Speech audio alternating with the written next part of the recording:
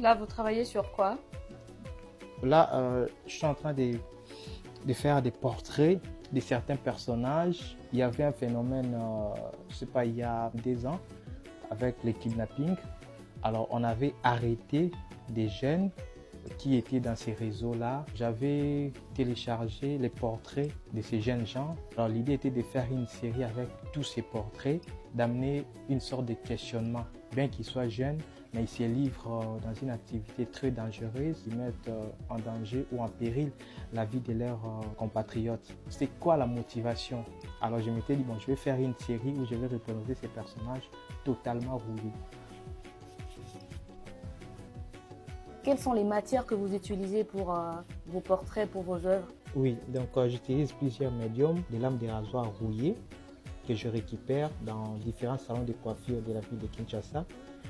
Parce que je me dis que c'est important de faire de la récupération un jour chez mon coiffeur où j'ai vu des jeunes qu'on appelle aujourd'hui enfants de la rue, qui se battaient avec des lames qu'ils prenaient auprès des coiffeurs, des lames utilisées.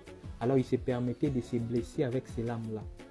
Alors l'idée était partie de là, de faire de la récup, au lieu que ce soit des armes blanches, que je puisse en faire quelque chose d'utile.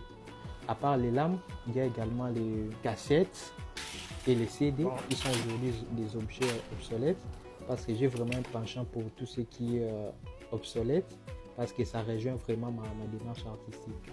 Comme je suis peintre, donc j'utilise aussi de l'acrylique et la toile. Parfois, je touche aussi au classeur des dossiers, les deux des classeurs sur lesquels je peins aussi, je réalise des œuvres.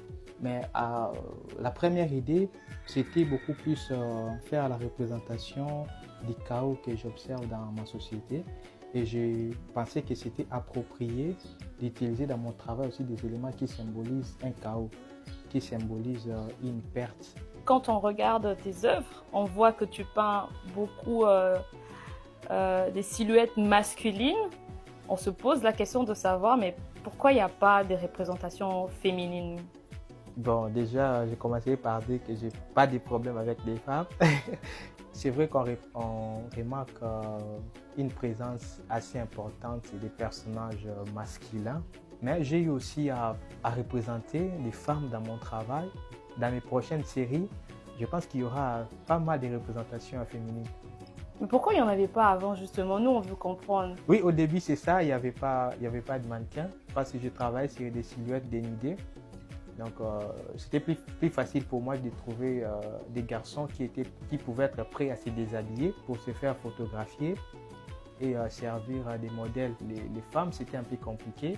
D'accord, bon là, on sait que vous n'avez pas de problème particulier avec les femmes. Voilà. On est rassurés. Ça, c'est clair. Ça, c'est clair.